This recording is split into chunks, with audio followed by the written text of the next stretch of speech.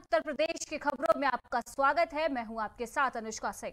आजमगढ़ जिले में विवाद के कारण चर्चा में बने रहने वाले सीओ सगड़ी राजेश तिवारी आज एक बार फिर भाजपा कार्यकर्ताओं से भिड़ गए। दरअसल 18 साल से ऊपर के लोगों के लिए वैक्सीनेशन कार्यक्रम का उद्घाटन करने आए कैबिनेट मंत्री अनिल राजभर ने उद्घाटन के बाद सर्किट हाउस में पत्रकारों से वार्ता की। इस दौरान सीओ सगड़ी राजेश तिवारी भाजपा नेताओं की गाड़ी का चालान करने की धमकी देते हुए बहस करने लगे। इसके बाद कार्यकर्ता और सीओ के बीच तीखी नोकझोंक हुई। दोनों ने एक दूसरे की देखरेख में धमकी दी। वहीं इसके बाद भाजपा नेताओं ने सीओ के दुर्व्यवहार की शिकायत कैबिनेट मंत्री से की और सीओ को हटाने की भी मांग की।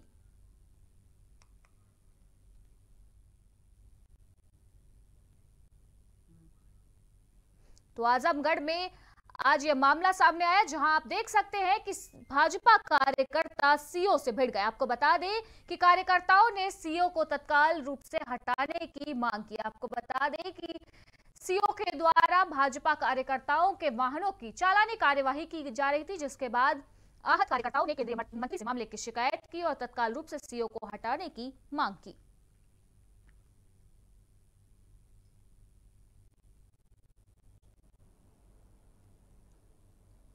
ताजनगरी आगरा के थाना फतेहपुर सीकरी पुलिस को सफलता हाथ लगी है, जहां पुलिस ने चेकिंग के दौरान गौवंशों से भरे ट्रक को पकड़ा। आपको बता दें कि जब पुलिस ने ट्रक को रोका तो ट्रक चालक ने ट्रक को दौड़ा दिया और जब पुलिस ने ट्रक का पीछा किया तो ट्रक में सवार गौकशों ने पुलिस पर फायरिंग करते हुए भागने का प्रयास किया, लेकिन पुलिस ने जवाबी कार्यवाही करते हुए गौवंशों से भरे ट्रक को जब्त कर लिया। साथ ही पुलिस ने आरोपियों को भी गिरफ्तार कर लिया है। वहीं गौकशों के पास से 2 चाकू और 2 तमंचे भी बरामद किए गए हैं।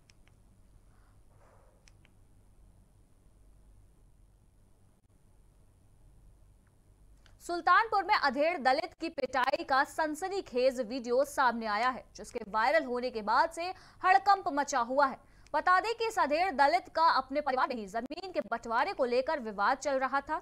इसी की पंचायत को लेकर कुछ लोगों ने मध्यस्थता की थी, लेकिन काशी राम ने उनका विरोध कर दिया।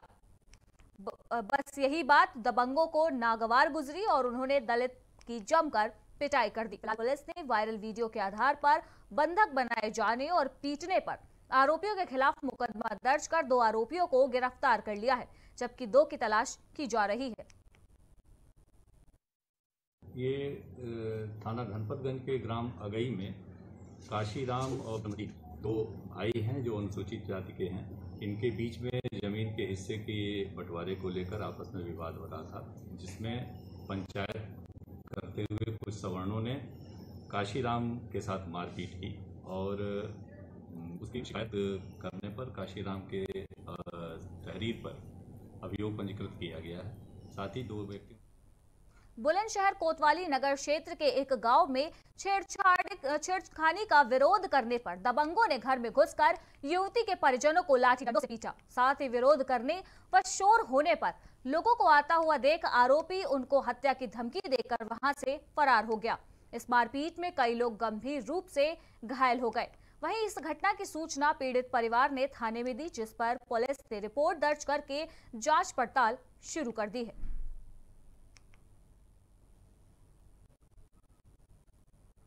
बुलंदशहर से यह मामला सामने आया, जहां दबंगों की दबंगाई सरेआम देखी गई। आपको बता दें कि छेड़खानी का विरोध करने पर परिवार वालों के साथ गंभीर रूप से मारपीट की गई।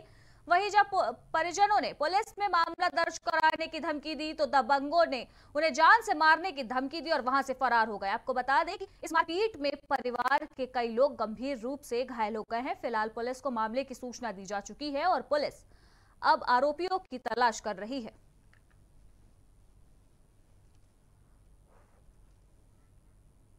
यूपी के बुलंदशहर के थाना छतारी के गांव बरकतपुर में कोविड-19 काल में गांव में एक लड़की के साथ हुई छेड़खानी की घटना को लेकर गांव में बड़ी पंचायत रखी गई, जिसमें पंचायत के लोगों के द्वारा छेड़छाड़ के आरोपी के लिए तुगलकी फरमान जारी कर दिया गया और भरी पंचायत में आरोपी की पिटाई की गई। और पीड़िता के पैर छूकर माफी भी मंगवाई गई। बता दें कि पंचायत के बाद गांव के दोनों पक्षों में जमकर पथराव हुआ था। पथराव में कई लोग घायल भी हुए, जिसका वीडियो सोशल मीडिया पर वायरल हो रहा है। वहीं इस मामले को लेकर एसपी देहात ने कहा है कि वायरल वीडियो कई दिन पुराना है। आरोपियों के खिलाफ मुकदमा दर्ज कर कार्यवाही की जा चुकी है।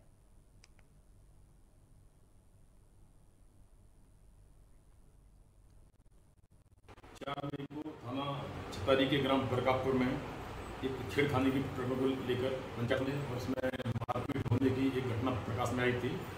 पुलिस द्वारा तत्काल कार्रवाई करते हुए इसमें संयंत्र के खिलाफ आईपीसी की धाराओं में तथा महामारी एक्ट और लॉकडाउन के उल्लंघन के लिए अभियोग पंजीकृत किया गया था। इसमें से 8 लोगों को अब तक पुलिस द्वारा गिरफ्तार किया जा चुका है। शेष अभियुक्तों की गिरफ्तारी किया जा रहा है। ये जो वीडियो मीडिया में वायरल हो रहा है ये पुराना है और पुलिस द्वारा इसमें। रामपुर जिले में बिना मास्क के निकलने पर दूल्हे पर जुर्माने का मामला सामने आया है। बता दें कि जिले के पटवाई थाना क्षेत्र के मुख्य चौराहे पर पुलिस ने लॉकडाउन का पालन कराने की चेकिंग के दौरान बिना मास्क लगाए शादी करने निकले दूल्हे से 1000 रुपए का जुर्माना वसूल लिया और साथ ही दूल्हे को मास्क भी पहनाया और कोरोना गाइडलाइंस पालन करने के निर्देश भी दिए। तो रामपुर से यह मामला सामने आया जहां एक दूल्हा बिना मास्क लगाए शादी करने निकल पड़ा था। आपको बता दें कि रामपुर में सघन चेकिंग के दौरान इस दूल्हे को पकड़ लिया गया और इससे 1000 रुपए की चालानी कार्यवाही की गई। आपको बता दें कि पुलिस लगातार रामपुर में चेकिंग अभियान चला रही है और लॉकडाउन का उल्लंघन करने वाले और कोविड-19 का उल्लंघन करने वाले लोगों पर कार्यवाही की जा रही है। इसी कड़ी में आज रामपुर में भी एक दूल्हे पर चालानी कार्यवाही की गई, जिसके बाद उसे निर्देशित किया गया कि वह अब कोविड नियमों का पालन करे और दोबारा ऐसी गलती न करे।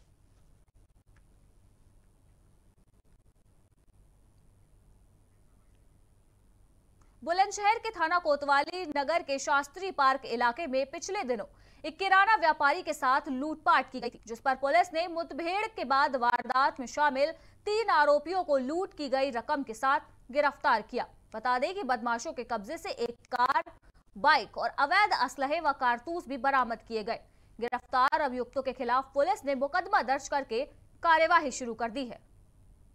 कोतवाली नगर पुलिस के द्वारा एक महत्वपूर्ण उपलब्धि 3 अपराधियों की गिरफ्तारी के साथ प्राप्त की गई है।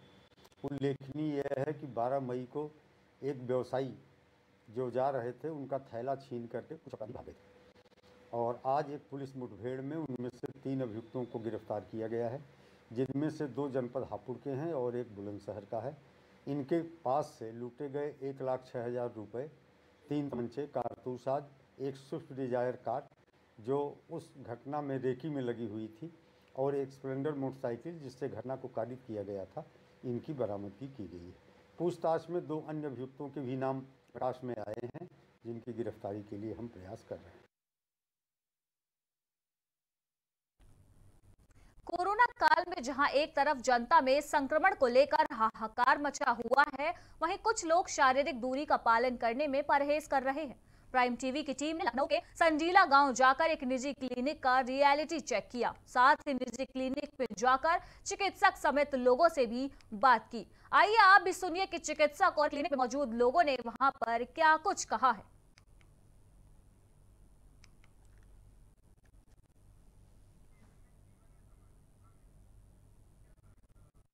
भाई साहब क्या इलाज कराने आए हैं? मैं अपने बेटे का इलाज करवाने आया हूँ। काय का?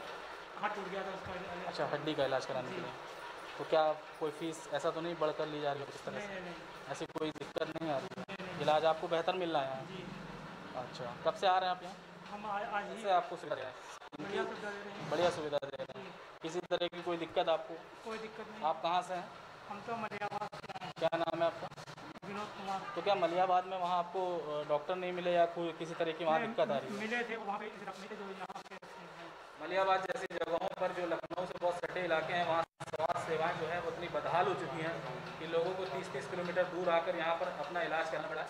और भी कई लोग हैं जो इलाज कराने के लिए यहाँ पर आए हैं, यहाँ मौजूद हैं। भाई क्या नाम है आपका? विपिन। विपिन जी, किस लिए आए हैं आप यहाँ?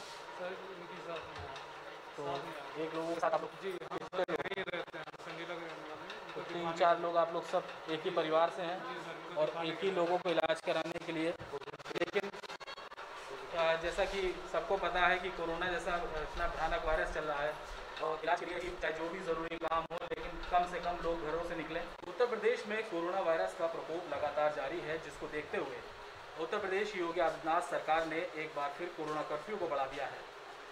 मालूम हो कि जो कोरोना वायरस का प्रकोप है वो ग्रामीण स्तर पर काफ़ी तेज़ी से फैल रहा है। गाँव में लगातार मौतें हो रही हैं। इसी को देखते हुए यहाँ की स्वास्थ्य व्यवस्थाएँ किस तरह से चल रही हैं, हॉस्पिटल में क्या कोविड गाइडलाइंस का पालन हो रहा है, इसी का प्राइम टीवी लगातार जायजा कर रही है। इसी क्रम में हम संडीला के एक सोनी क्लिनिक वहाँ आकर पहुँचे हैं। हमारे बीच मौजूद हैं नरेश चंद सोनी डॉक्टर किस चीज़ के डॉक्टर हैं? हड्डी विशेषज्ञ। तो यहाँ पर किस तरह से आप कोविड का केवल कोविड का अगर कोई भी मरीज बुखार सर्दी खांसी का आता है तो उसको CSC में भेजते हैं। CSC में भेजते हैं। और जिस तरह से यहाँ पर लोगों की भीड़ देखी जा रही है, नहीं ये 2 मरीज जो उनकी हड्डी टूटी है, तीनों उन्हीं के साथ में ये लोग बैठे और दूर दूर बैठे हैं, क्योंकि भीड़ को देख के भी नहीं भीड़ जैसे भीड़ इकट्ठा नहीं होनी है, चाहे वो नर्सिंग होम चाहे हॉस्पिटल। तो हम भीड़ इकट्ठा नहीं करते, लगातार आदेश है भीड़ हम इकट्ठे नहीं करते हैं और दूर दूर उसका, क्योंकि गांव में जिस तरह से आपको पता है बिल्कुल कोविड-19 का पूरा करते हैं। Nursing home Covid nursing home मेरा नहीं है, ये क्लिनिक है क्लिनिक। अच्छा, तो कोविड डेस्क वगैरह बनाई आपने? कोविड टेस्ट ये तो मेरे पास सब कुछ है, हम सब देख लेते हैं। जी जी जी चाहिए। कोविड टेस्ट बना कहाँ है? कोविड टेस्ट आपको तो यहाँ रखना चाहिए, रजिस्टर मेंटेन होना चाहिए आपके पास। आने वाली माता की जो एक वो होती है कि कोई नहीं तो हम लेते नहीं, कोई मरीज ऐसा नहीं लेते, केवल हड्डी का जिसकी टूट जाती है उसी को देखते हैं। थर्मल स्कैनिंग वगैरह की बंदोबस्त कहाँ किया आपने? थर्मल स्कैनर है मेरे पास। अच्छा, जैसे हम लोग भी आए वहाँ पर सैनिटाइजेशन व्यवस्था कोई नहीं, सब है, तो उस वो व्यवस्था होनी चाहिए। डिग्री क्या डिग्री? तो जैसे देख रहे हैं आप कि थर्मल स्कैनिंग वगैरह की जो दिक्कतें हैं वो अभी भी थोड़ा सा ग्रामीण स्तर पर देखने को मिल जाती है, और जो लापरवाही है ग्रामीण स्तर पर किस तरह से फैल जाती है। आप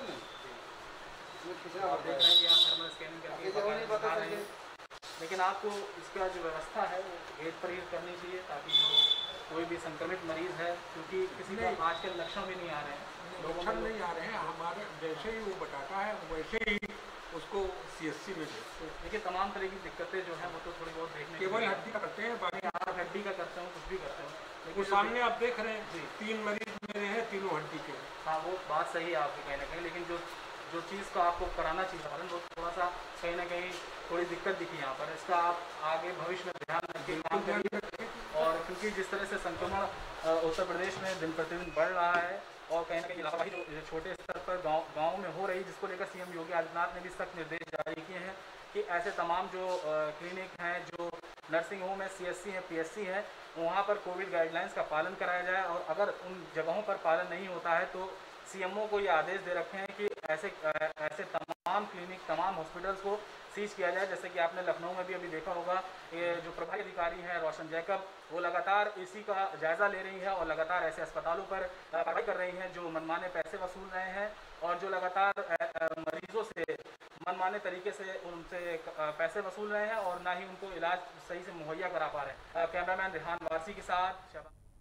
किसानों को उनका हक दिलाने के लिए लगातार प्रयास किए जा रहे हैं। केंद्र सरकार से लेकर राज्य सरकारें भी लगातार योजनाओं पर काम कर रही हैं, पर फिर भी इस वक्त यूपी का किसान परेशान है। औरैया में किसान अपनी फसल नहीं बेच पा रहे हैं। तो चलिए छोड़ जाते हैं हम आपको इस खास रिपोर्ट के साथ।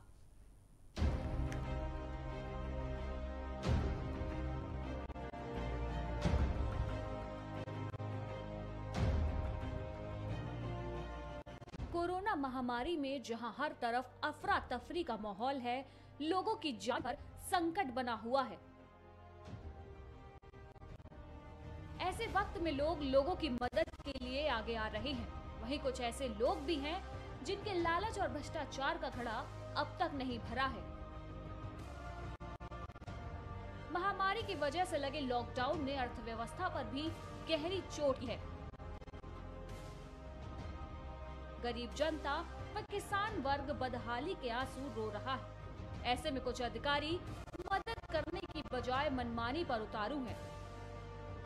दरअसल मामला औरैया के एरवा कचरा का है, जहां गेहूं खरीद पर अधिकारी मनमानी कर रहे हैं और यहां का किसान शासन की चोट का शिकार है। दरअसल एसएमआई संतोष कुमार गेहूं खरीद पर मनमानी कर रहे हैं और उन्हें इस वक्त प्रशासन का भी खौफ नहीं है। ये आरोप हम नहीं तो किसान लगा रहे हैं। स्क्रीन पर देख रहे ये किसान अपनी बदहाली बयां करते हुए बता रहे हैं कि एसएमआई संतोष कुमार किसानों से गेहूं न खरीद कर व्यापारियों से गेहूं खरीद रहे हैं। किसानों के गेहूं से भरे वाहन वह वापस कर रहे हैं, पर व्यापारियों के फसल को तुरंत ले लिया जा रहा है, जिससे किसान कम दामों पर अपनी फसल बेचने को मजबूर है। तो आप भी सुनिए किसानों की परेशानी। मेरा विनोद कुमार यादव। विनोद कुमार, कहाँ के निवासी हो? अरे गुलालपुर के। गुलालपुर के। क्या समस्या है आपकी? आप यहाँ जो खरीद केंद्र पे आए हो गेहूँ खरीद के? हमारी सुबह गाड़ी इधर खड़ी कराई देगी और दूसरी व्यापारी गाड़ी वहाँ तुल गई। गेहूँ खरीद? हाँ। और जो आपको डेट देगी उसमें नहीं तुली गई? नहीं, डेट तो दे दिया है, लेकिन अब हमारी तुली नहीं गई है। तुली नहीं, दूसरे एक तौल दी है? हाँ, दूसरी तौल दी। जब सबसे आगे हम खड़े यहाँ। तो आप सरकार से क्या कहना चाहेंगे? ये है किसान को ज़्यादा परेशान न किया जाए। वहीं आरोप यह भी है कि लगातार आला अधिकारियों को मामले की सूचना दी जा चुकी है, पर कोई भी इस पर कार्यवाही नहीं की गई। इससे पहले भी कई बार इस मामले पर खबर चलाई गई, पर ना तो कोई कार्यवाही हुई, न ही एसएमआई अपनी हरकतों से बाज आए। आलम यह है कि एसएमआई संतोष कुमार अब खुलेआम चुनौती देते हैं और कहते हैं कि जो हो सके वो करें, वे इसी प्रकार काम करेंगे। सूबे के मुखिया योगी आदित्यनाथ ने किसानों के लिए तमाम योजनाएं तो चला रखी हैं, पर हकीकत में कुछ इस तरीके के हालात दिखाई देते हैं।